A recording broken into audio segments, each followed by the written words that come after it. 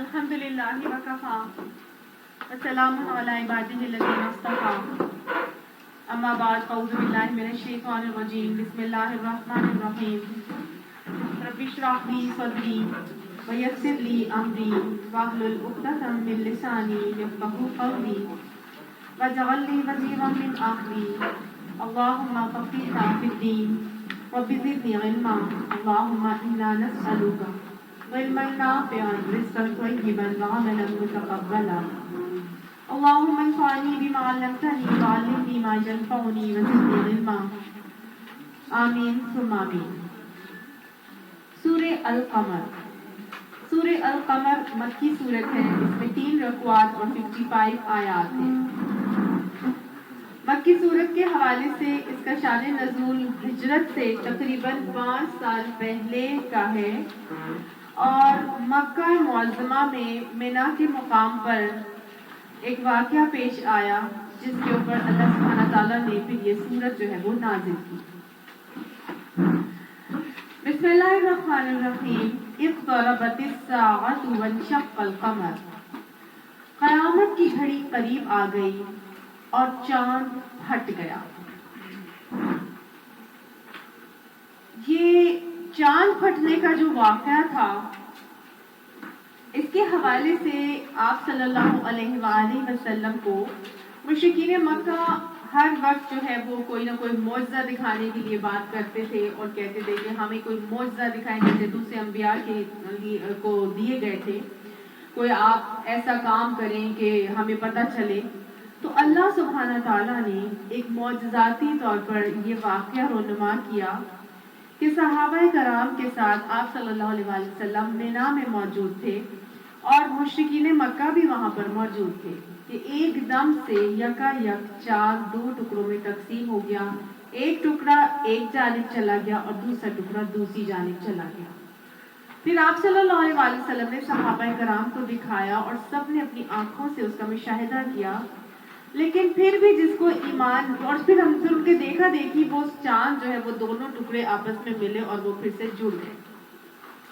لیکن جنہوں نے نہیں ماننا تھا انہوں نے پھر بھی ایمان نہ لا کے دیا، کیونکہ اللہ تعالیٰ فرماتے ہیں وَإِن يَرَوْا آیَةً، اور ان کا حال یہ ہے کہ کوئی نشانی دیکھ لیں یُعْرِضُوا، وہ اس سے منہ موڑ جاتے ہیں، وَيَقُولُوا، اور وہ کہتے ہیں سِحْرٌ مُسْتَمِرٌ، یہ تو جادو ہے چلتا ہوا۔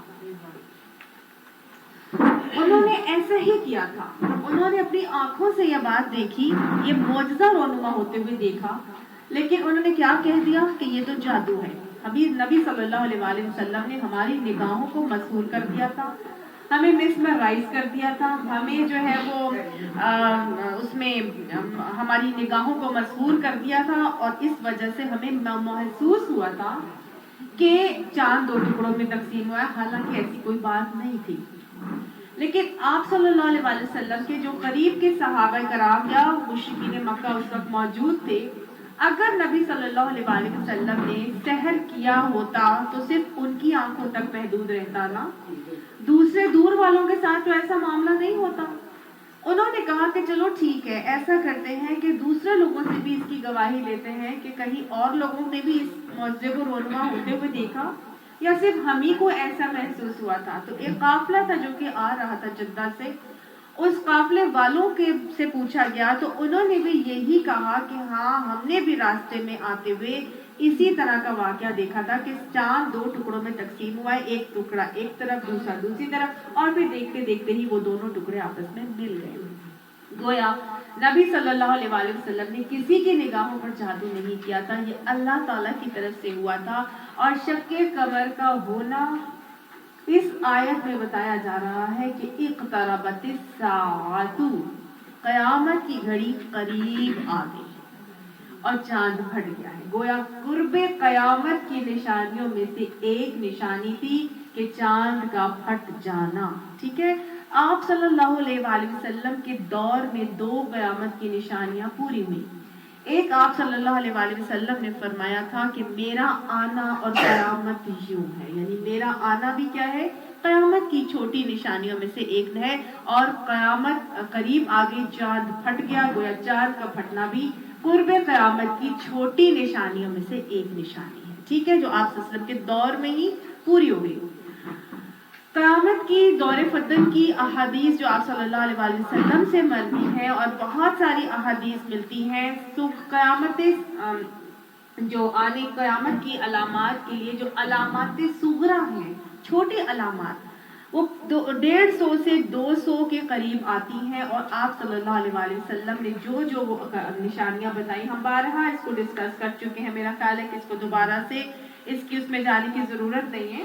بے شمار آپ صلی اللہ علیہ وسلم نے احادیث بتائی تھی جو ساری کی ساری اب پوری ہو چکی ہیں. ٹھیک ہے, اور انہی چھوٹی علامات یعنی علامات صغرا میں سے یہ علامت بھی ہے کہ چاند پھٹ گیا اور قیامت قریب آ گئی.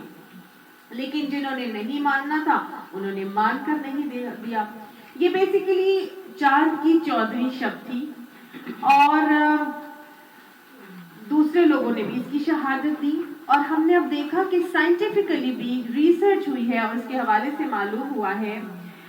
ایک شخص تھا جو جیولوجسٹ تھا, اور وہ کارڈف یونیورسٹی میں پڑھتا تھا, اور اس نے جب یہ قرآن پڑھا, جب اس کے دوست نے اس کو یہ قرآن دیا کہ پڑھو تم اس قرآن, یہ ہماری اسلامک کتاب ہے, تم اس کو پڑھو, تو اس سے پتہ چلتا ہے کہ اسلامی کتاب ہم اپنی قرآن جو ہے وہ نان مسلمس کو دے سکتے ہیں, اور انہیں کہا جائے کہ اس کا مطالعہ کرو. تو جو لوگ علم کی بلندیوں پر پہنچتے ہیں وہی اللہ کی رسائی بھی حاصل کر سکتے ہیں. اس نے جب یہ قرآن پڑھا اور قرآن کے اندر سے اس سورت کے اوپر سے گزرا کہ قیامت کی گھڑی قریب آ گئی اور چاند پھٹ گیا, تو بڑا حیران ہوا. اور اس نے ریسرچ کی اور اس نے یہ دیکھا کہ پوری کے پورے چاند کے اوپر ایک باقاعدہ لکیر پائی جاتی ہے, جس سے معلوم ہوتا ہے کہ ایک ایج سے لے کے دوسری ایج تک پوری کی پوری ایک وہ لکیر موجود ہے, جس سے معلوم ہوتا ہے کہ وہاں سے چاند شاید 2 ٹکڑوں میں تقسیم ہوا ہوگا اور پھر وہ جڑ گیا ہوگا. تو جب اس نے یہ اپنی ریسرچ کو اس آیت کے ساتھ ملایا تو وہ اسلام لے کر آیا. تو یہ بات بالکل یقینی ہے, ایسا ہوا تھا اور اس کے بعد جڑا بھی ہے.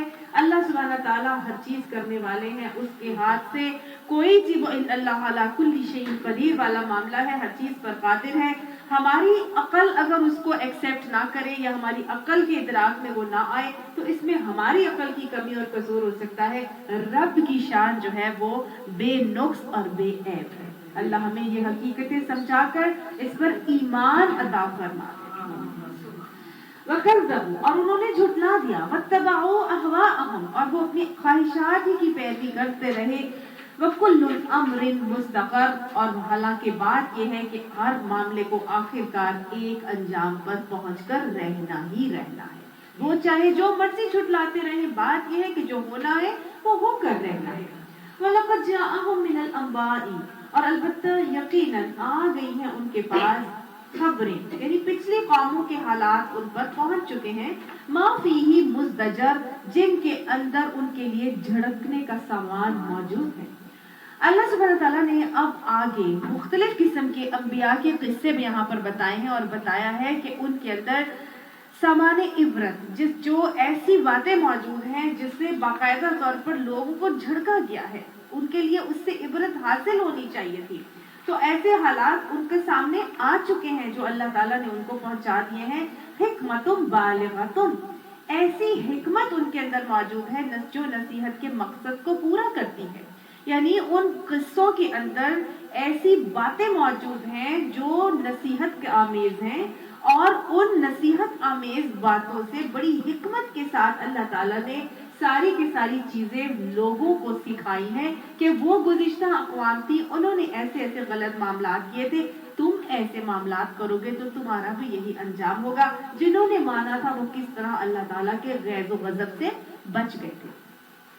فما تغنی النذر, لیکن بات یہ ہے کہ ان پر تنبیہات کا کوئی اثر ہی نہیں ہوتا, ان کو کوئی تنبیہات فائدہ ہی نہیں دیتی. جنہوں نے جھٹلانا ہے ان کو جو مرضی کہے, جو ان کے اوپر ان تنبیہات کا کوئی اثر نہیں ہوتا, ان کو ان تنبیہات سے کوئی فائدہ نہیں ہوتا, جتنا مرضی ان کو ڈرا دیا جائے. فتول عنہم, بس اے نبی صلی اللہ علیہ وآلہ وسلم اب آپ کیا کیجئے, آپ منہ پھیر لیجئے ان سے. آپ کا کام کیا تھا؟ بلغ ما انزل الیک من ربک, پیچھے ہم پڑھ کے آ چکے ہیں. تو آپ نے تو جو بتانا تھا وہ ان کو بتا چکے ہیں. جنہوں نے نہیں اثر لینا، جن کے اوپر ان تنبیہات کا بھی کوئی فائدہ نہیں ہونا، جن کے اوپر ان عذاب رسیدہ بستیوں کی قصوں سے بھی کوئی فرق نہیں پڑنا، تو پھر نئے نبی صلی اللہ علیہ وآلہ وسلم فتول عنہم، آپ ان سے منہ پھیر لیجئے. یوم یدعو الداعی الی شیء نکر، اس دن کیا ہوگا؟ جب ایک پکارنے والا سخت ناگوار چیز کی طرف پکارے گا. یہ کون پکارے گا؟ کون سی ناگوار چیز کی طرف پکارا جا رہا ہے؟ Very good. نفخ قیام رب العالمین، جب سور میں پھونکا جائے گا، اور وہ سور جو کہ تیسرے نمبر پر پھونکی جائے گی، کبھی دو دفعہ بھی آتی ہے، تو جو نفخ قیام رب العالمین والی سور ہے، جس کے بعد سب کے سب نکلیں گے اور اللہ کے سامنے حاضر ہونے کے لیے پہنچیں گے، تو یہاں پر بتایا جا رہا ہے سخت ناگوار چیز کی طرف پکارا جائے گا. یہ ان کے لیے بڑی ناگواری کا دن ہوگا. جو مشرکین ہوں گے، جو منکرین ہوں گے، جو کافرین ہوں گے، وہ خوشی خوشی تو نہیں اللہ کے حضور پہنچیں گے، وہ تو جانا ہی نہیں چاہیں گے.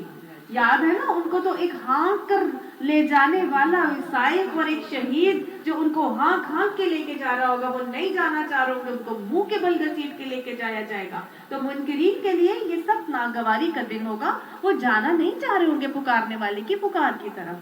خشعن ابصارہم، ان کی نگاہیں جھکی ہوں. کیوں نگاہیں جھکی ہوں گی جی؟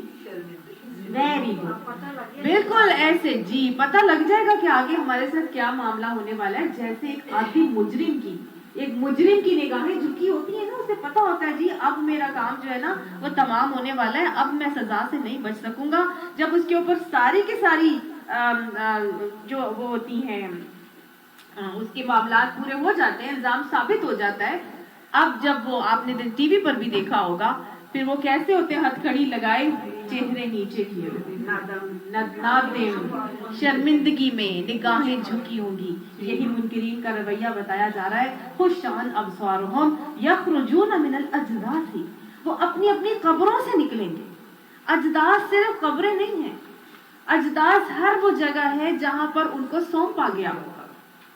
کوئی درندے نے کھا لیا ہوگا، وہ درندے کے پیٹ سے برآمد ہو جائے گا.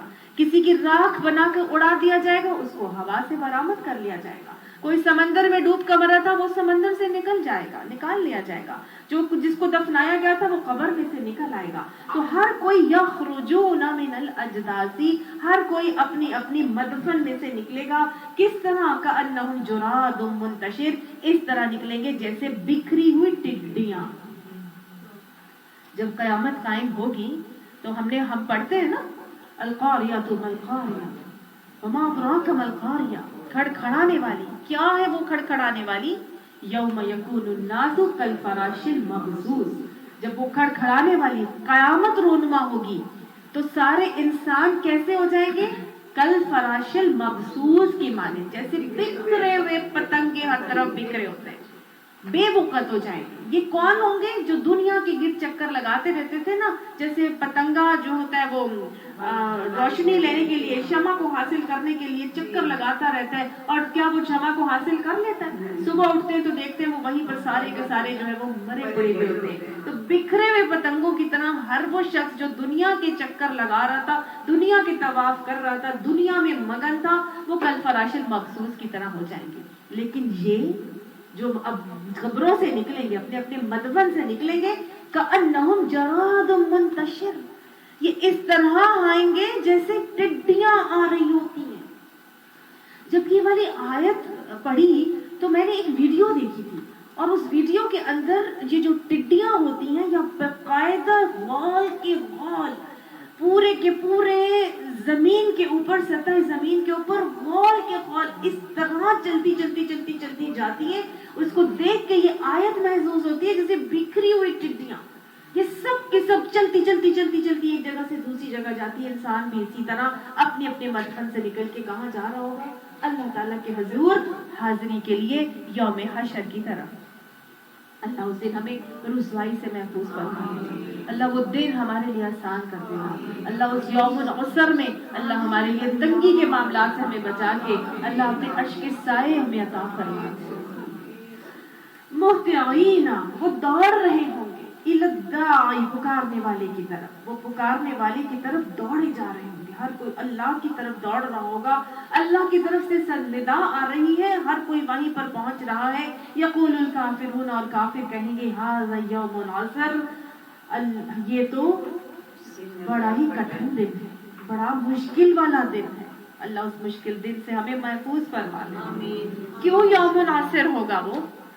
کیونکہ اس دن سورج سوا نیزے پر آ جائے گا, زمین آسمان کو لپیٹ لیا جائے گا, اور نئے سرے سے یوم تبدل الارض غیر الارض, نئے سرے سے زمین قائم کی جائے گی, سورج کو لپیٹ لیا جائے گا, اور پھر اللہ تعالیٰ نئے سرے سے سورج کو پیدا کریں گے. اور وہ کیسا ہوگا کہ ان سوا نیزے پر ہوگا. سوا نیزہ بس یہیں تک ہے جہاں تک یہ آپ کو فانوس نظر آ رہا ہے. سورج یہاں تک ہوگا, اور اس کی گرمی اور تپش اور حرارت سے انسان پگھل رہا ہوگا, اور جو جتنا گناہگار ہوگا اس کے اتنے ہی گناہ پسینے سے نکل نکل کے آ رہے ہوں گے, اور وہ پسینے میں شرابور ہو رہا ہوگا. جو جتنا گناہگار ہوگا, کسی کے ٹخنوں تک پسینہ ہوگا, کسی کے گھٹنوں تک ہوگا, کسی کے ناف تک ہوگا, کسی کے کندھوں تک, اور کوئی اپنے ہی پسینوں میں ڈبکیاں لگا رہا ہوگا. استغفر اللہ ربی من کل ذنب واتوب الیہ.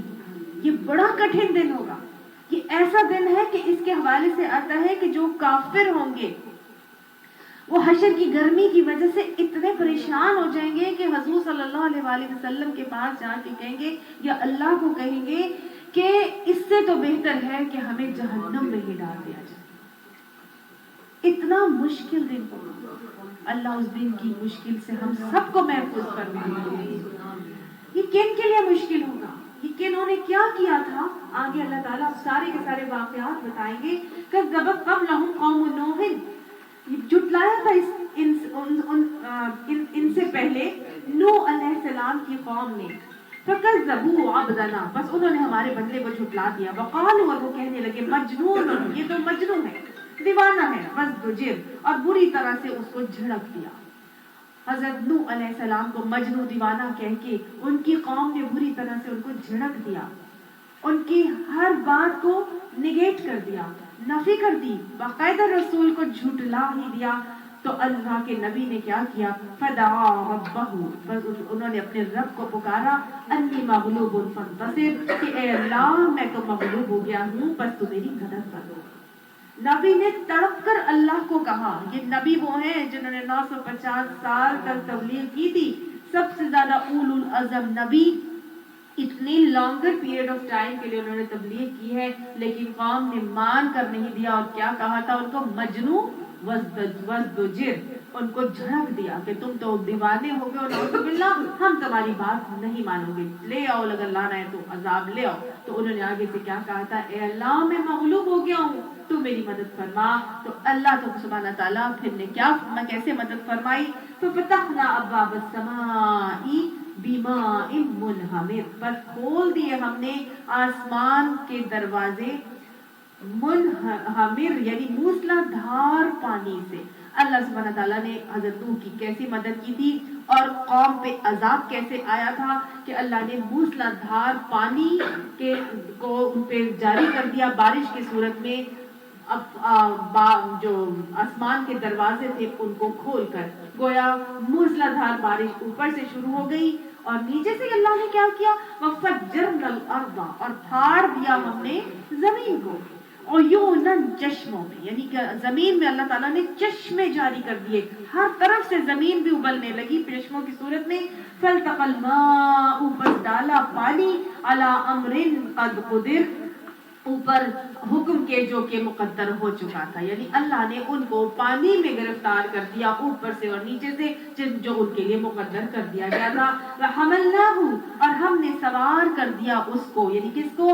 حضرت نوح علیہ السلام کو اور ان کے کچھ ایمان لانے والے ساتھیوں کو سوار کر دیا. کس کے اوپر؟ عَلَىٰ ذَاتِ أَلْوَاحٍ وَدُسُرٍ, تختوں اور کیلوں والی کے اوپر. یعنی تختوں اور کیلوں والی ایک کشتی بنانے کا حکم دیا گیا تھا, جس کے اوپر حضرت نوح علیہ السلام کو ان کے ساتھیوں کے ساتھ سوار کرا دیا اللہ سبحانہ تعالیٰ نے.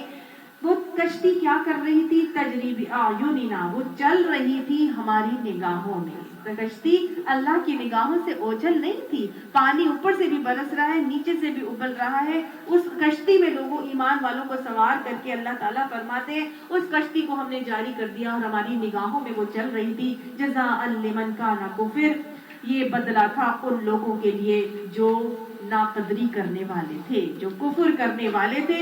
ان کے لیے ایسا ہی بدلہ ہوتا ہے. کیا بدلہ تھا ان کے لیے؟ کیا بدلہ تھا؟ اللہ نے صرف ایمان والوں کو بچایا تھا، باقی سب کے سب جو کفار تھے جنہوں نے جھٹلا دیا تھا ان کو اللہ تعالیٰ نے نیست و نابود کر کے اس میں غرق کر دیا تھا. وَلَقَدْ تَرَكْنَاهَا آیَةً، اور البتہ یقیناً اس کشتی کو ہم نے بنا دیا، چھوڑ دیا، آیتن ایک نشانی بنا کر. ترکناہا میں ہا کی ضمیر کس کے لیے ہے؟ کشتی کے لیے. اللہ نے اس کشتی کو ایک نشانی بنا کر چھوڑ دیا. فہل من مدکر، پس ہے کوئی نصیحت قبول کرنے والا؟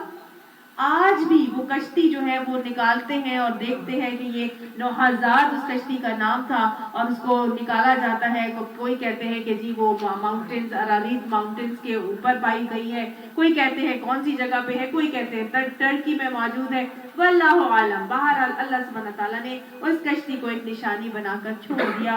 اور کوئی ہے اس کو نصیحت کو قبول کرنے والا؟ اللہ سبحانہ تعالیٰ سے کہیے اللہ ہم تیری نصیحت کو قبول کرنے والے. نوحزاد، اللہ ہم ہیں تیری نصیحت کو قبول کرنے والے، ہمیں نصیحت حاصل کرنے والے لوگوں میں شامل فرما لیجیے. نوحا زاد، ہاں جی، ذیل دال.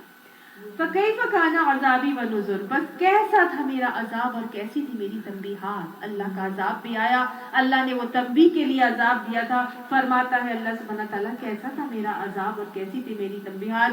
وَلَقَدْ يَسَّرْنَا الْقُرْآنَ لِلذِّكْرِ، اور البتہ یقیناً ہم نے قرآن کو ذکر کے لیے، نصیحت حاصل کرنے کے لیے آسان بنا دیا ہے. فَهَلْ مِن مُدَّكِرٍ، پس ہے کوئی نصیحت قبول کرنے والا؟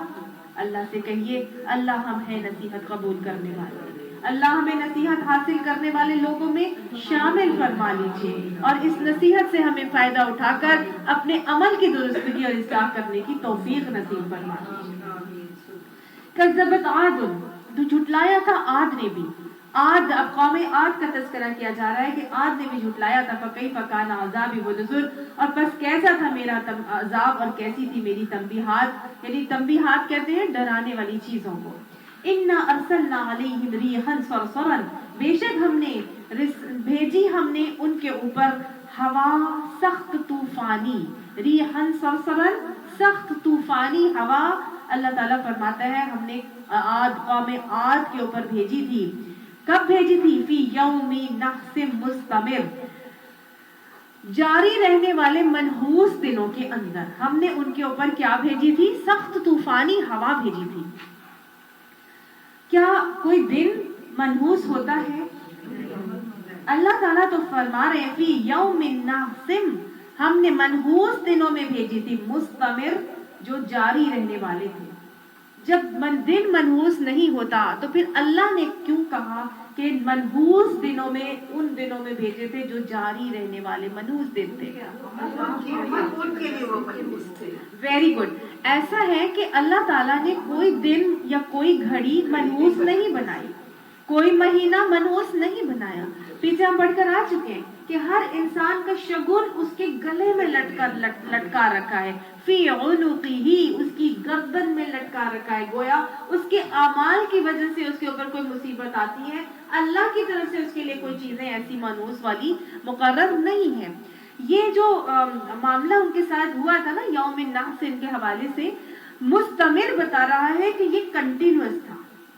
اس کا مطلب یہ نہیں ہے کہ یہ بعد تک بھی منحوست جاری رہی. اس کا مطلب یہ ہے کہ وہ ایسا عذاب تھا جو جاری رہنے والا تھا، ایک دم سے آیا اور ایک دم ختم نہیں ہوا تھا. ان کے اوپر 8 دن اور 7 راتیں یہ عذاب جو ہے وہ مسلط رہا تھا، اس لیے اس کو مستمر کہا جا رہا ہے. اور عرب نے کیا کیا؟ کہتے ہیں کہ یہ بدھ والے دن چونکہ عذاب آیا تھا تو لہٰذا وہ انہوں نے بدھ والے دن کو منحوس قرار کر دیا، اور بدھ والے دن وہ کوئی کام نہیں کرتے تھے، نہ وہ سفر کرتے تھے، نہ وہ لین دین کرتے تھے، نہ ناخن کٹواتے تھے، نہ مریض کی عیادت کو جاتے تھے، اور کہتے تھے کہ یہ جو زام اور یہ جو مرض ہیں برس وغیرہ وہ اسی دن شروع ہوتے ہیں، تو اس وجہ سے وہ بدھ والے دن کو منحوس سمجھتے تھے۔ آج ہمارے یہاں سفر کے مہینے کو منحوس سمجھتے ہیں، آج ہمارے یہاں منگل والے دن کو یا بدھ والے دن کو منحوس سمجھتے ہیں کہ اس دن کوئی نیا کام نہیں کیا جائے گا، اللہ نے کوئی چیز منحوس نہیں بنائی، یہ سب کیا ہے ہم پڑھ کے آ چکے ہیں، یہ جبت میں آتا ہے، یہ سب کچھ جبت میں آتا ہے۔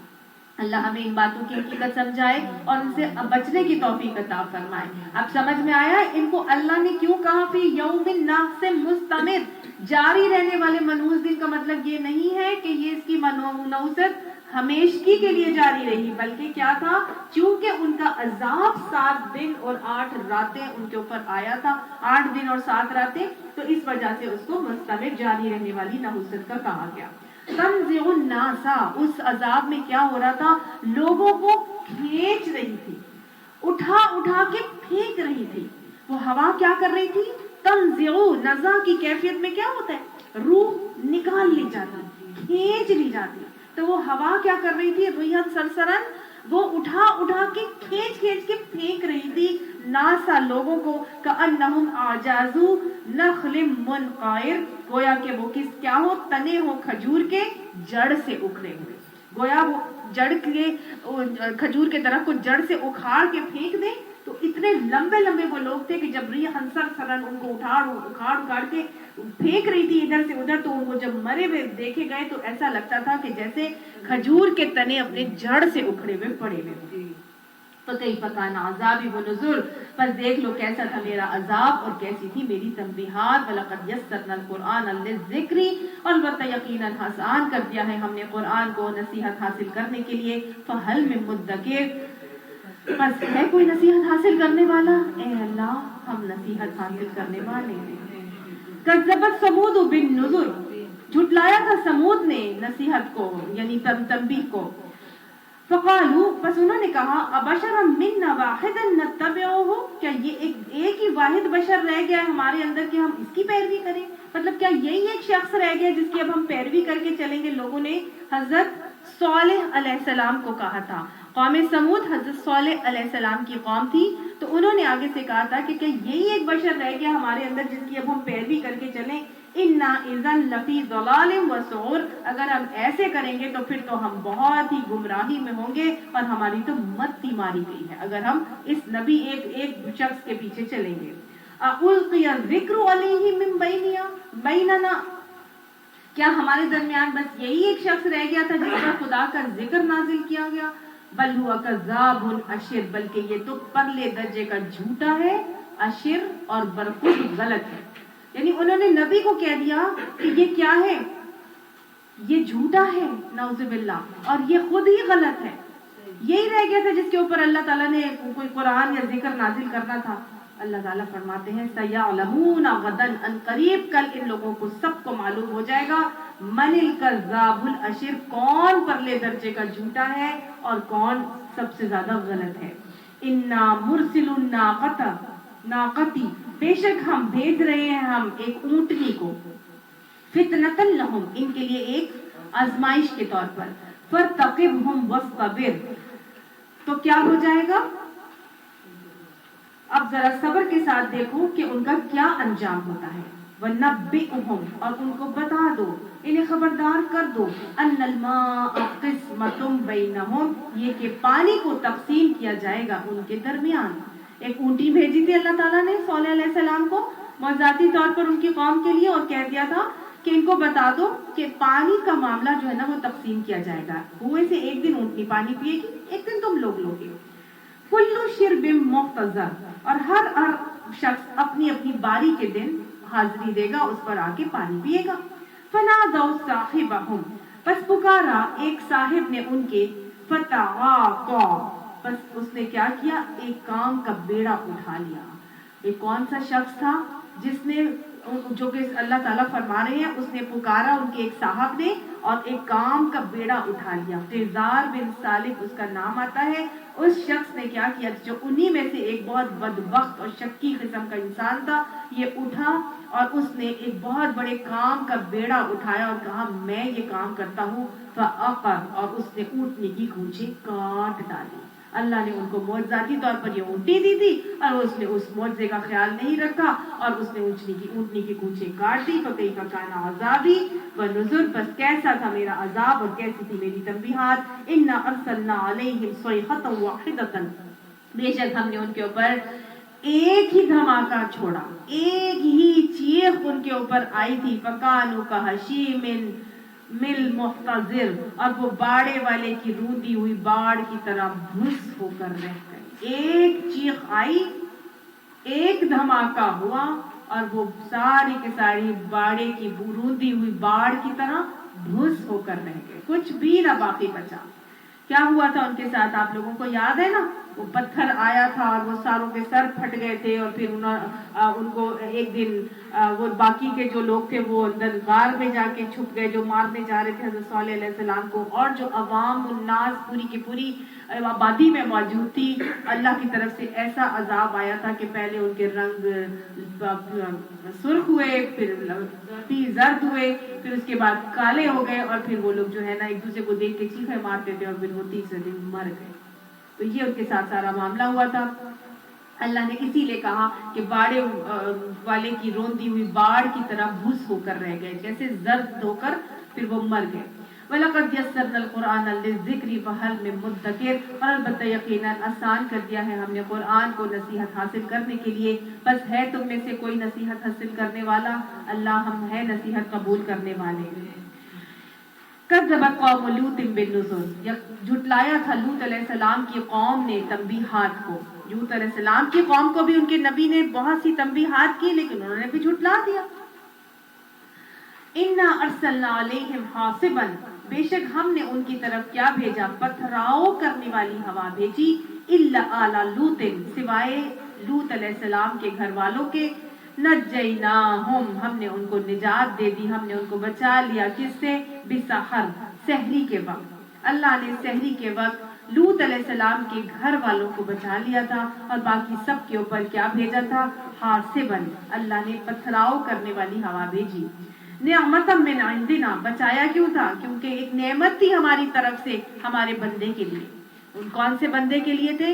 حضرت لوط علیہ السلام کے لیے نعمت کے طور پر اللہ تعالیٰ نے ان کو اور ان کے گھر والوں کو بچا لیا تھا، ان کی بیٹیوں کو. پوری بستی میں سے ہم پڑھ کے آ چکے ہیں، کوئی گھر نہیں بچا تھا سوائے حضرت لوط علیہ السلام کے گھر والوں کے، اور پھر بھی وہ استقامت سے اللہ کے دین کی تبلیغ کرتے جا رہے تھے. تو اللہ نے فرمایا یہ نعمت کے طور پر ہم نے اپنے بندے کے ساتھ ایسا کیا تھا. کذالک نجزی من شکر، ہم ایسا ہی بدلہ دیتے ہیں اس کو جو شکر کرنے والا ہوتا. یہ شکر کا ہی تو رویہ اور طریقہ تھا کہ جو ڈیوٹی اللہ تعالیٰ نے ان کو دی تھی اس کو من اس کو استقامت کے ساتھ کیے جا رہے تھے اور اس پر وہ رک نہیں رہے تھے. یہ عملی شکر کا طریقہ ہے کہ اللہ نے نبوت سے سرفراز کیا ہے اور وہ اللہ کے پیغام کو استقامت کے ساتھ لوگوں تک پہنچا رہے ہیں، چاہے کوئی مان رہا ہے یا نہیں مان رہے. تو اللہ نے کہا ایسے شکر کرنے والوں کو جو عملی شکر کر رہے ہوتے ہیں اللہ ایسا ہی بدلہ عطا فرماتا ہے. اللہ ہمیں عملی شکر کے رویے اور طریقے سکھا دے اور ان کا کرنا ہمارے لیے آسان بنا دے.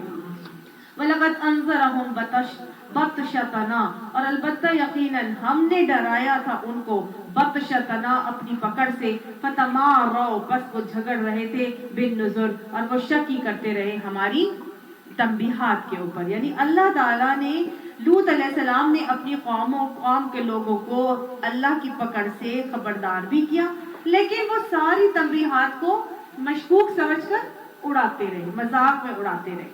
وَلَقَدْ رَاوَدُوهُ عَنْ ضَيْفِهِ، اور البتہ یقیناً باز رکھنا چاہا انہوں نے اپنے مہمانوں کی ضیافت سے بھی. یعنی وہ جو مہمان آئے تھے، کون سے مہمان؟ حضرت لوط علیہ السلام. ویری گڈ، فرشتے آئے تھے. میں اس لیے نہیں زیادہ ڈیٹیل میں جا رہی کیونکہ ہم یہ پڑھ چکے ہیں. تو اللہ تعالیٰ فرماتے ہیں کہ پھر حضرت لوط علیہ السلام نے ان لوگوں سے اپنے مہمانوں کی حفاظت کرنا چاہا اور ان کو ان لوگوں سے باز رکھنے کی کوشش کی.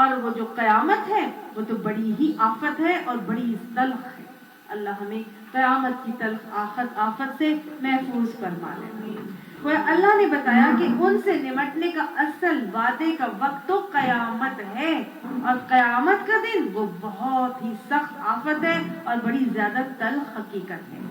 ان المجرمین، بے شک مجرم اس دن کیسے ہوں گے، فی ضلال و سعر، وہ گمراہی میں ہوں گے اور ان کی عقل ماری گئی ہوگی. وہ ایسی غلط فہمی میں مبتلا ہیں کہ مجرم ان کی اس دن عقل ماری گئی ہے. یوم یسحبون فی النار علی وجوہہم، اور اس دن وہ آگ کے اوپر اپنی چہروں کے بل گھسیٹے جائیں گے. استغفر اللہ ربی من کل ذنب واتوب الیہ. وہ لوگ یہ سمجھتے ہیں کہ ہم بہت کچھ ہیں.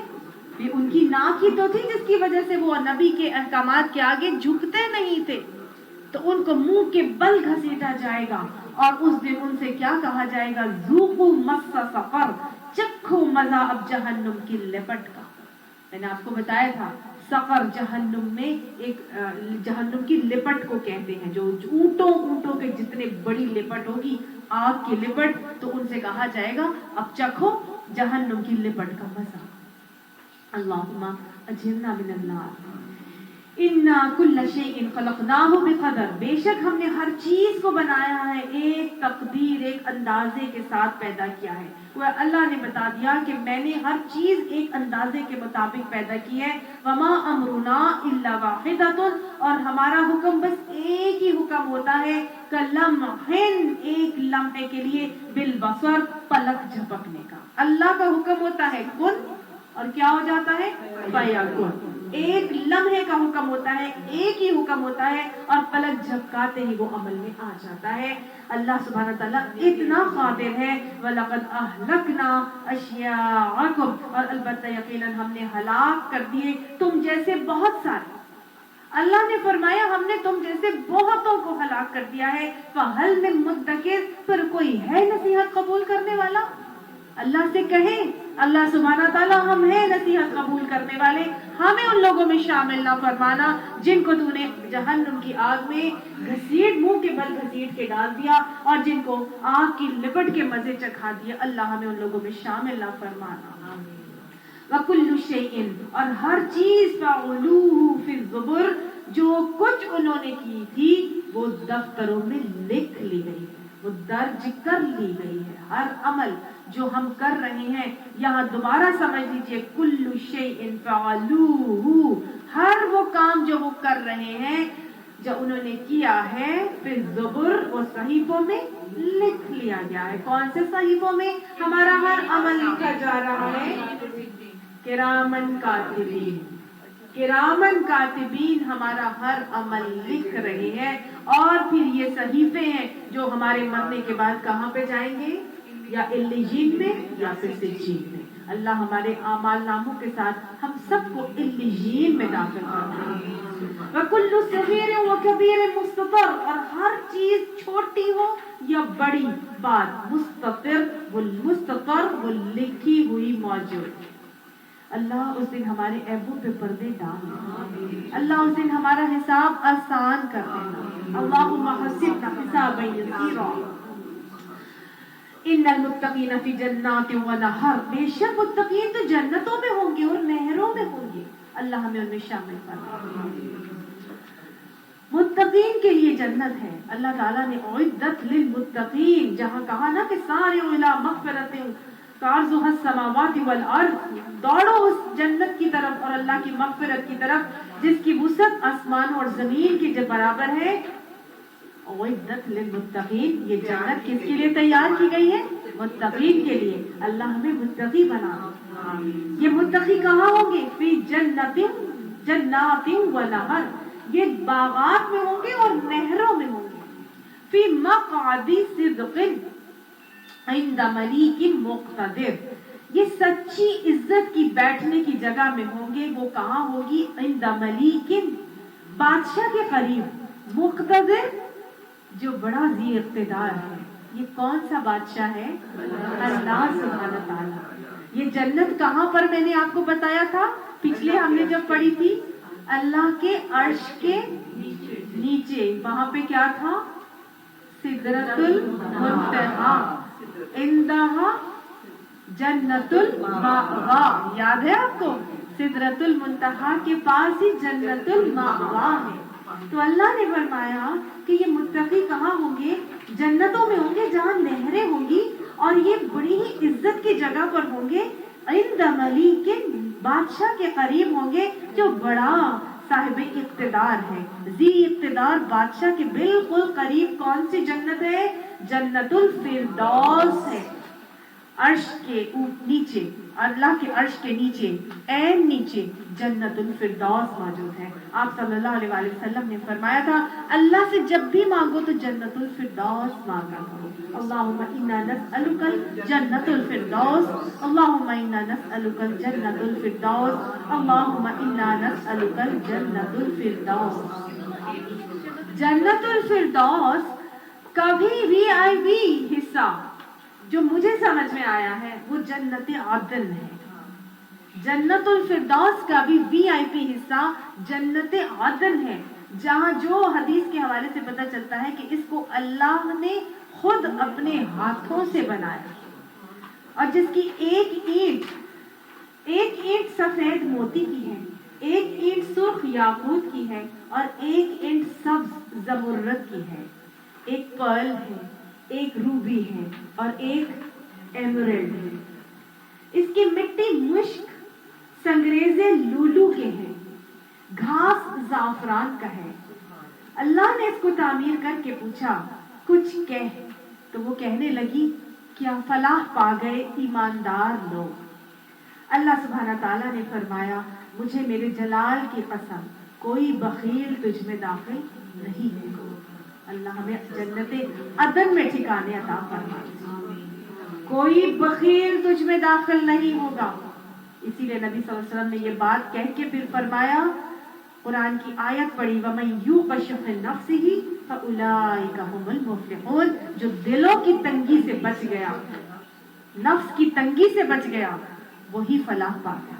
اللہ ہمیں دل کی تنگی، صرف بخیلی صرف پیسے کی تو نہیں ہے، دل کی تنگی ہے، دل کی تنگی، کسی کو مشورہ نہیں دینا، کسی کو مسکرا کر نہیں دیکھنا، کسی سے اچھی طرح سے بات نہیں کرنی، کسی کا خیر خواہ نہ بننا، یہ سب بھی تو خیر تنگی ہی ہے نا۔ کسی کو اپریشیٹ نہ کرنا، ہاں یہ بھی تو تنگی ہے۔ میرا اپنا دردی میں کیوں کسی کو بتاؤں، یہ بھی تو تنگی ہے۔ جی میں سب سے پہلے کر لوں، دوسرے کو نہ کرے، میں پائنیئر بن جاؤں، یہ بھی تو تنگی ہے۔ اپنا علم کیوں کسی کو بتاؤں، میں اپنی ریسیپی کیوں کسی کو بتاؤں، یہ بھی تنگی ہے۔ اللہ ہمیں شح نفس سے محفوظ فرما کے اللہ دلوں کی کشادگی عطا فرما دے۔ اچھا یہ جو جنت عدن اللہ کے عرش کے نیچے، حدیث میں آتا ہے کہ جنت عدن عین عرش الہی کے نیچے ہے، ٹھیک ہے، اور جنت الفردوس بھی عرش الہی کے نیچے ہے، تو ڈیفینیٹلی پھر جنت عدن جس کو اللہ نے اپنے ہاتھوں سے تعمیر کیا ہے تو پھر وہ جنت الفردوس کا ہی کوئی اپر موسٹ حصہ ہوگا۔ اللہ تعالیٰ فرماتے ہیں، اللہ حدیث میں آتا ہے کہ اللہ کے عرش کے نیچے سے 4 نہریں نکلتی ہیں، اور وہ کون سی نہریں ہیں جو جنت الفردوس میں سے نکل رہی ہیں؟ وہ 4 نہریں ہیں جو یہاں پہ آ رہے ہیں نا، المتقین فی جنات و نہر، وہ نہروں میں ہوں گے، تو وہ 4 نہریں نکلیں گی، 4 جنت کی نہریں، ان کے نام ہیں سیحان، جیحان، نیل اور فرات۔ یہ 4 جنت کی نہریں ہیں۔ اس کے علاوہ جنت کی اور بھی 2 نہریں ہیں، اور وہ کون سی ہیں؟ نہر کوثر، اور ایک ہے نہر حیات جس کے اندر جہنمیوں کو ڈالا جائے گا، اور جہنمی اس نہر سے نہاتے ہی ان کے پورے جسم اس میں اگائیں گے، اور پھر ان کو جو ہے جنت میں ڈالا جائے گا، صرف ان کے ماتھے پر ایک نشان رہ جائے گا جس سے وہ جہنمی تھے یہ پہچانے جائیں گے، ٹھیک ہے۔ تو یہ 6 نہریں آ رہی ہیں، سیحان، جیحان، نیل اور فرات، یہ 4 نہریں۔ اب جنتیوں کی خوش بختی اور خوش نصیبی جنت الفردوس والوں کی کہ وہ ان نہروں سے اپنے اپنے علاقے تک، نہروں کی جو باؤنڈریز ہوتی ہیں یا وہ کیا کہتے ہیں ٹریبیوٹریز، سوری باؤنڈریز کے ٹریبیوٹریز جو ہے وہ نکال کے اپنی اپنی جگہوں تک، اپنے اپنے علاقے تک لے کر جا سکیں گے۔ جنت کے اس کے علاوہ کچھ چشمے بھی ہیں، ٹھیک ہے۔ جنت کے چشموں کے نام ہے سلسبیل، جس میں سوٹ کی آمیزش ہوگی، کافور، یہ بھی جو ہے اس کے لیے قرآن میں آتا ہے سلسبیل کے لیے کہ یسقون فیہا کأسا کان مزاجہا زنجبیلا عینا فیہا تسمن سلسبیلا، سورہ دہر آیت نمبر 15 سے 16۔ یہ ہم انشاءاللہ سورہ دہر پڑھیں گے تو اس کو اور مزید ڈیٹیل سے کریں گے۔ نہر کوثر، نہر حیات۔ ایک اور چشمہ ہے جس کا نام ہے کافور، ان الابرار یشربون من کأس کان مزاجہا کافورا، جو نیک لوگ ہوں گے وہ من کأس، شیشے کی گلاس میں پیئیں گے، ایسی شراب پیئیں گے کان مزاجہا کافورا، جس میں کافور کی آمیزش ہوگی۔ کافور کیمفر کو کہتے ہیں، جو فینائل کی گولیاں ہوتی ہیں جس کو کہتے ہیں، وہ کیمفر ہوتا ہے، ٹھیک ہے۔ تو ہم کہیں گے یار کیمفر کی، فینائل کی اسمیل ہوگی، یہ وہ کافور نہیں ہے۔ اللہ نے نام وہی رکھے ہیں لیکن وہ بدر جہاں دنیا سے خوبصورت اور بہترین ہے، ٹھیک ہے۔ وہ نام ایسا دیا۔ سونٹ تو مجھے بالکل پسند نہیں ہے، میں تو سونٹ کی اسمیل ٹالریٹ نہیں کر سکتی، کیا اللہ تعالیٰ نے سونٹ کا بول دیا ہے نا، لیکن یہ وہ سونٹ نہیں ہے جو ہم جس کو سونٹ سمجھتے ہیں، یہ اللہ نے اس کو سونٹ بتایا ہے۔ وہ کیسا سونٹ ہوگا اور کیسی خوبصورت اس کی خوشبو ہوگی یہ اللہ جانتا ہے۔ جنت وہ جگہ جس کو نہ کسی آنکھ نے دیکھا، نہ کسی کان نے سنا اور نہ ہی کسی دل نے محسوس کیا۔ اگر ہم نے اس کو محسوس کر لیا کہ سونٹ کی خوشبو ہوگی یا کیمفر کی خوشبو ہوگی تو پھر تو ہم نے محسوس کر لیا، پھر تو وہ حدیث پوری نہ ہوئی نا۔ اللہ کے نبی نے فرما دیا نہ کسی دل نے اس کو محسوس کیا، تو گویا نام اللہ نے وہی بتائے ہیں لیکن چیزیں بہرحال بدر جہاں ڈفرینٹ اور خوبصورت ہوں گی۔ ایک اور چشمہ ہے، اس کا نام ہے تسنیم۔ اس تسنیم کے چشمے سے کے لیے آتا ہے یشربو بہل مقربون، اس سے جو مقربین ہوں گے وہ اس کو سے پلائے جائیں گے، اور ان مقربین کو تسنیم کی شراب یا تسنیم کے چشمے سے کون پلائے گا؟ اللہ سبحانہ تعالیٰ خود مقربون کو اپنے ہاتھوں سے یہ شراب پلائے گا۔ اللہ ہمیں ان میں شامل فرمائے۔ اگر ہو جائے گا انشاءاللہ۔ قرآن میں آتا ہے یسقون من رحیق مختوم، ان کو مشک لگی ہوئی یعنی رحیق المختوم، ایسی سیلڈ کین شرابیں پلائی جائیں گی، ختامہ مسک، جس کے اوپر مسک کی مہر لگی ہوگی، وفی ذالک فلیتنافس المتنافسون، اگر کسی نے نفیس چیزوں کو پسند کرنا ہے نا تو پھر ان چیزوں کو پسند کرو، یہ جنت کی نفیس چیزوں کو پسند کرو اور حاصل کرو۔ تم دنیا کی نفیس چیزوں کو پسند کرتے ہو، جنت کی نفیس چیزوں کو پسند کرو۔ وَمِزَاجُهُ مِن تَسْنِيمٍ، اور ان کے اندر تسنیم کی آمیزش ہوگی۔ اللہ ہمیں ان خوش نصیبوں میں شامل فرما دے جن کو تو نے نہروں میں اور چشموں میں اور باغات میں رکھنا ہے۔ اللہ اپنا قرب عطا فرمانا، اللہ اپنی رضا سے ہم سب کو سرفراز کرنا۔ اللہ سبحانہ تعالیٰ ہمیں ایسے کام کرنے کی توفیق عطا فرمائے جس کی وجہ سے ہم سچی عزت والی جگہ کو حاصل کرنے والے بن جائیں۔ اللہ تو اقتدار بادشاہ، تو ذی اقتدار ہے، تو صاحب قدرت ہے۔ اللہ سبحانہ تعالیٰ اپنا قرب ہم سب کو عطا فرما۔ صدق اللہ العظیم۔ ہاں یہ یاد رکھیے گا کہ نہر کوثر وہ نہر ہے کہ جس سے نہر سے نکال کے حوض کوثر میں پانی حشر کے میدان میں لا کے اس حوض کو بنایا جائے گا، اور نہر کوثر سے پانی حوض کوثر میں ڈالا جائے گا۔ ایک حدیث میں آتا ہے کہ اللہ سبحانہ تعالیٰ قیامت کے دن ہر نبی کو ایک حوض عطا فرمائے گا، ہر نبی کو ایک حوض عطا فرمائے گا، اور تمام انبیاء آپس میں فخر کریں گے کہ کس کے حوض پر پانی پینے والے زیادہ آتے ہیں۔ آپ صلی اللہ علیہ وسلم نے فرمایا کہ میں امید کرتا ہوں کہ میرے حوض پر آنے والے سب سے زیادہ ہوں گے۔ اس حوض کوثر سے جس نے ایک دفعہ پانی پی لیا اس کو کبھی پیاس نہیں لگے گی، اور جس نے اس کے پانی سے محروم رہ گیا اس کی پیاس کبھی نہیں بجھے گی۔ آپ صلی اللہ علیہ وآلہ وسلم امتیوں کو ان کے وضو کے اعضاء کی چمکنے کی وجہ سے قیامت کے دن یعنی حشر والے دن پہچانیں گے، اور یہ صفت صرف اور صرف امت محمدی صلی اللہ علیہ وسلم ہی کے لیے ہوگی اور کسی دوسری امت کے لیے یہ معاملہ نہیں ہوگا. اور آپ صلی اللہ علیہ وسلم غیر لوگوں کو یعنی کافروں کو اس طرح وہاں سے ہٹائیں گے کہ جس طرح اونٹ کا مالک دوسرے اونٹوں کو ہٹاتا ہے. اور بدعتی اس حوض کوثر کے پانی سے محروم رہ جائے. اللہ ہمیں بدعتوں کی پہچان عطا فرما اور بدعتوں سے بچنے والا خوش نصیب بنا. حضرت ابن مسعود فرماتے ہیں کہ آپ صلی اللہ علیہ وسلم نے فرمایا بعض لوگ وہاں لائے جائیں گے اور پھر ہٹا دیے جائیں گے. میں کہوں گا کہ اے میرے رب یہ تو میری امت کے لوگ ہیں. تو جواب میں کہا جائے گا کہ آپ نہیں جانتے انہوں نے آپ کے بعد کیسی کیسی بدعات شروع کر دی تھی.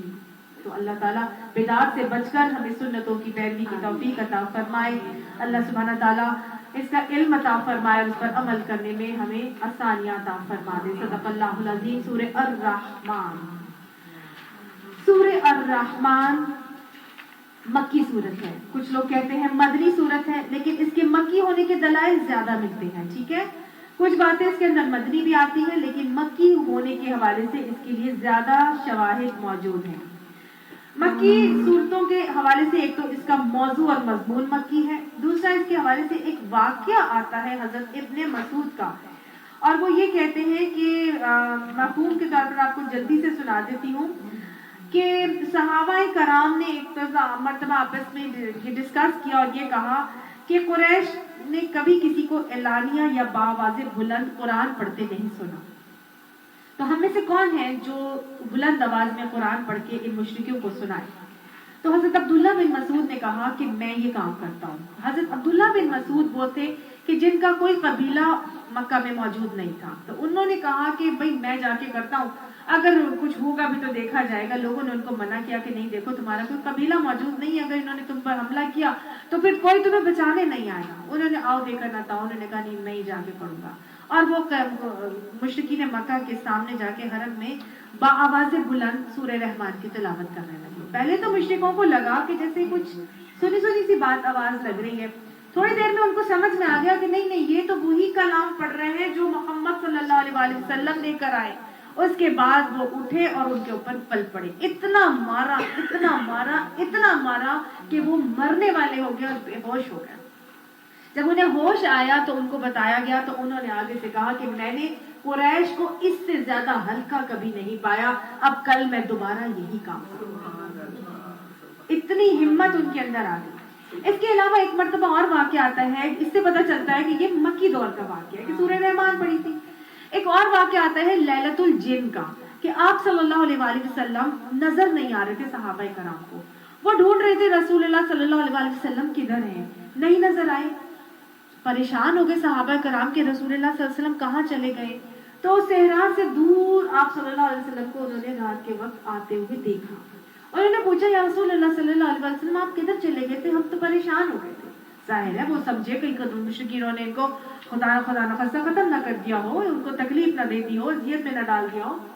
تو وہ پریشان ہو کے پوچھنے لگے. تو رسول اللہ صلی اللہ علیہ وسلم نے ان کو پھر بتایا کہ میں جنوں کے پاس گیا تھا, میں جنوں کو تبلیغ کے لیے گیا تھا. گویا آپ صلی اللہ علیہ وسلم نے ان کو بتایا کہ میں جنوں کے پاس گیا تھا اور میں نے رات جنوں کے ساتھ گزاری. میں نے جنوں کو وہ تعلیم دی جو اللہ نے مجھے دی تھی اور میں نے جنوں کو ان کی عبادات کا فقہ سکھایا. پھر ایک دفعہ آتا ہے کہ آپ صلی اللہ علیہ وسلم نے اس کے بعد جب سورہ رحمان اپنے صحابہ کرام کو سنائی تو صحابہ کرام خاموشی سے سن رہے تھے. تو آپ صلی اللہ علیہ وسلم نے فرمایا کہ میں نے اس رات جنوں کے سامنے سورہ رحمان سنائی تھی, تو جب وہ میرے سے قرآن پڑھنے سننے کے لیے جمع ہوئے تھے تو وہ اس کا تم سے بہتر مجھے جواب دے رہے تھے جب میں اللہ کی اس ارشاد پر پہنچتا تھا کہ اے جن و انس تم اپنے رب کی کن کن نعمتوں کو جھٹلاؤ گے. فَبِأَيِّ آلَاءِ رَبِّكُمَا تُكَذِّبَانِ. تو اس کے جواب میں وہ جن کیا کہتے تھے کہ اے ہمارے پروردگار ہم تیری کسی نعمت کو نہیں جھٹلاتے, حمد تیرے ہی لیے. مَا بِشَيْءٍ مِّن نِعَمِكَ رَبِّنَا نُكَذِّبُ فَلَكَ الْحَمْدُ. ٹھیک ہے، یہ نبی صلی اللہ علیہ وسلم نے بتایا. تو جب بھی یہ آیت آئے تو آپ لوگوں نے کیا کہنا ہے؟ اے ہمارے رب، ہم آپ کی کسی نشانی، نعمت اور معجزے کو نہیں جھٹلاتے. ٹھیک ہے، یہ 78 آیات پر مشتمل یہ سورت، اس میں 31 ٹائمز یہ آیت آتی ہے، یعنی کہ 1/3 سے زیادہ دفعہ آیات میں وَبِأَيِّ آلَاءِ رَبِّكُمَا تُكَذِّبَانِ کی آیت آ رہی ہے. تو گویا یہ شان نزول کے حوالے سے، جیسے کہ میں نے آپ کو بتایا کہ یہ کب نازل ہوئی اور کیسے نازل ہوئی، قریش مکہ جو ہیں وہ آپ صلی اللہ علیہ وآلہ وسلم سے سوال کیا کرتے تھے کہ یہ رحمان کون ہے. ٹھیک ہے، جب وہ لکھتے تھے نا بسم اللہ الرحمن الرحیم، تو وہ کہتے تھے یہ رحمان کون ہے، ان کو رحمان کا نہیں سمجھ میں آتا تھا. تو بار بار آپ صلی اللہ علیہ وسلم سے تقاضا کرتے تھے. اور دوسرا وہ یہ تقاضا کرتے تھے کہ کوئی معجزہ آئے. باقی نبیوں کے اوپر معجزہ آتا ہے کہ ان نبی کے اوپر کوئی معجزہ کیوں نہیں آتا. تو اللہ سبحانہ تعالیٰ نے یہ سورہ رحمان نازل کر کے بتایا کہ رحمان کون ہے، رحمان کا تعارف کرایا اللہ تعالیٰ نے. یہ قرآن کی واحد سورت ہے جس کا آغاز اور جس کی ابتدا اللہ سبحانہ تعالیٰ نے اپنے نام سے کی ہے، الرحمن. اللہ سبحانہ تعالیٰ نے جو اپنے لیے نام پسند کیا ہے نا، وہ ہے اللہ. قل هو اللہ احد، کہو اللہ ایک ہے. ٹھیک ہے، تو وہ اللہ ایک ہے. اللہ نے اپنے لیے جو نام پسند کیا وہ اللہ پسند کیا. اب اللہ کے بعد جو اللہ نے نام پسند کیا وہ الرحمن پسند کیا. اور قرآن میں باقی تمام ناموں کو ہم دیکھتے ہیں اللہ سبحانہ تعالیٰ نے پیر کے طور پر دیا، سمیع البصیر، غفور الرحیم، غافر الذنب. ٹھیک ہے نا، تو قابل التوب. تو اللہ سبحانہ تعالیٰ نے کیا ہے، سمیع علیم. اللہ تعالیٰ نے پیر کے طور پر اپنی صفاتی ناموں کا بتایا، 99 صفاتی نام. لیکن یہ واحد نام آتا ہے جس کو اللہ سبحانہ تعالیٰ نے الرحمن ہی کہہ کے بتایا. الرحمن علی العرش استوى، رحمان وہ ہے جو اپنے عرش پر مستوی ہے. ٹھیک ہے نا، یہاں پر بھی الرحمن ہی اللہ تعالیٰ نے ایک آیت کے صورت میں اتارا. اللہ تعالیٰ فرماتے ہیں قل ادعوا اللہ او ادعوا الرحمن، اللہ کہہ کے پکارو یا رحمان کہہ کے پکارو. فلہ الاسماء الحسنى، اسی کے لیے بہترین نام، فادعوہ بہا، اس کو بہترین ناموں سے پکارو. تو گویا اللہ تعالیٰ نے الرحمن کا لفظ جو ہے وہ اکیلے قرآن پاک میں رکھا. تو گویا اس صورت میں اللہ سبحانہ تعالیٰ نے اپنی صفات بتا کر لوگوں کے دلوں میں ایک نئے طریقے سے اللہ کی محبت کو انکلکیٹ کرنا چاہا. ٹھیک ہے، اللہ کی محبت کیسے دلوں میں راسخ کی جائے گی، اللہ سبحانہ تعالیٰ نے اس صورت میں ہمیں بتایا ہے اپنی کچھ صفات کی تجلیات دکھا کر، تاکہ دین پر چلنا آسان ہو جائے. ٹھیک ہے، تو اللہ سبحانہ تعالیٰ اس لیے ہمیں یہ دینا چاہتے ہیں تاکہ اللہ کا نور ہمیں حاصل ہو جائے، اللہ کی معرفت ہمیں حاصل ہو جائے، اللہ کی محبت ہمارے دلوں میں آ جائے، اور اس محبت کی وجہ سے وہ نور ہمیں عطا ہو جائے جس نور کی روشنی میں چلتے ہوئے ہمارے لیے اللہ کو راضی کرنا آسان ہو جائے. اللہ ہمیں یہ نور عطا فرمائے، آمین. اب آپ کو میں یہ بتاؤں کہ اللہ سبحانہ تعالیٰ نے جہاں 99 صفاتی نام حدیث کے حوالے سے ہمیں پتہ چلتے ہیں کہ جس نے وہ 99 نام یاد کر لیے اور وہ روز پڑھتا ہے اس کو، تو اس کے لیے کیا ہے، جو نام یاد ہے اس کے لیے جنت کی خوشخبری دی آپ صلی اللہ علیہ وسلم نے. لیکن کیا اللہ کے صرف وہی 99 صفاتی نام ہیں؟ اور بھی ہیں. اللہ تعالیٰ وہ ہم جو دعا پڑھتے ہیں نا، اللہم انی عبدک وابن عبدک وابن امتک ناصیتی بیدک ماض فی حکمک عدل فی قضاؤک اسألک بکل اسم هو لک سمیت بہ نفسک. ٹھیک ہے، یعنی کہ اے اللہ تیرے ان ناموں کا واسطہ دے کے تجھ سے سوال کرتی ہوں جو تو نے اپنے لیے پسند کیے. تو پتہ نہیں اللہ نے اپنے کتنے کو اور مزید صفاتی نام موجود ہیں. تو جو مفسرین اور اسکالرز نکالتے ہیں وہ 250 پلس نام آتے ہیں جو اللہ تعالیٰ کے قرآن اور حدیث سے ہمیں ملتے ہیں. تو اتنے اللہ تعالیٰ کے صفاتی نام ہیں، لیکن بہرحال 3000 مرتبہ اللہ سبحانہ تعالیٰ نے قرآن میں اللہ کا لفظ استعمال کیا. ٹھیک ہے، اللہ سبحانہ تعالیٰ اب یہاں پہ جو شروعات کر رہے ہیں تو کس طرح سے کر رہے ہیں، بسم اللہ الرحمن الرحیم. الرحمن، الرحمن کے نام سے اللہ سبحانہ تعالیٰ اس کا آغاز کر رہے ہیں. اچھا مصحف کا جو پہلی آیت ہے وہ کیا آ رہی ہے؟ بسم اللہ الرحمن الرحیم. اس کے اندر بھی الرحمن آ رہا ہے اور اس کے اندر الرحمن کے ساتھ الرحیم بھی آ رہا ہے. رحمان کا روٹ ورڈ جو ہے وہ رحمیم ہے، رحم، اور اسی روٹ ورڈ سے رحیم بھی نکلا ہے. ٹھیک ہے، تو رحمان اور رحیم بیسیکلی روٹ ورڈ دونوں کے ایک ہیں. لیکن رحمان نے یہاں رحمان کیوں کہا، رحیم کیوں نہیں کہا؟ تو گویا دونوں میں کوئی فرق ہوگا. رحمان وہ رب ہے جو فعلان کے وزن پر ہے. فعلان جس میں آپ کہہ لیجئے کہ جیسے طغیانی ہے، طغیان، فعلان، جیسے کہ سمندر کے اندر جب لہروں میں طغیانی آتی ہے تو امٹ امٹ کی لہریں باہر آتی ہیں. تو رحمان وہ رب ہے جس کے اندر اس کا رحم امٹ امٹ کے باہر نکل رہا ہے، حتیٰ کراس کر رہا ہے. فعلان کے وزن پر اس کا رحم پایا جاتا ہے. یہ وہ رحم ہے جو اللہ سبحانہ تعالیٰ اپنے دنیا میں تمام مخلوق کے لیے فرماتا ہے. یہ صرف اور صرف مومنوں کے لیے رحم نہیں ہے، یہ صرف اور صرف فرما برداروں کے لیے اس کا رحم نہیں ہے. یہ وہ رحم ہے جس کی وجہ سے وہ مومن، منافق، مشرک، کافر، بدھ مت، ہندو مت، سارے لوگوں کے لیے خواہ وہ کیسا ہی کیوں نہ ہو، اللہ سبحانہ تعالیٰ سب کو ساری نعمتیں عطا فرما رہا ہے. ساری تخلیق کے لیے یہ رحم اس کا اس دنیا میں موجود ہے. اس کا یہ رحمت، اس کی رحمت کی جو عکاسی ہے، اس کی رحمت کی مینیفیسٹیشن ہے، اللہ کی نیچر میں ہے کہ وہ رحم والا ہے. اور کتنا رحم ہے کہ حدیث بتاتی ہے، حدیث قدسی میں آتا ہے کہ حدیث قدسی ہے یا حدیث ہے کہ اللہ تعالیٰ نے جب رحم بنایا تو اس کی رحمت کے 100 حصے کر دیے اور اس 100 حصوں میں سے 99 حصے اپنے پاس رکھے اور ایک حصہ پوری مخلوق میں دے دیا.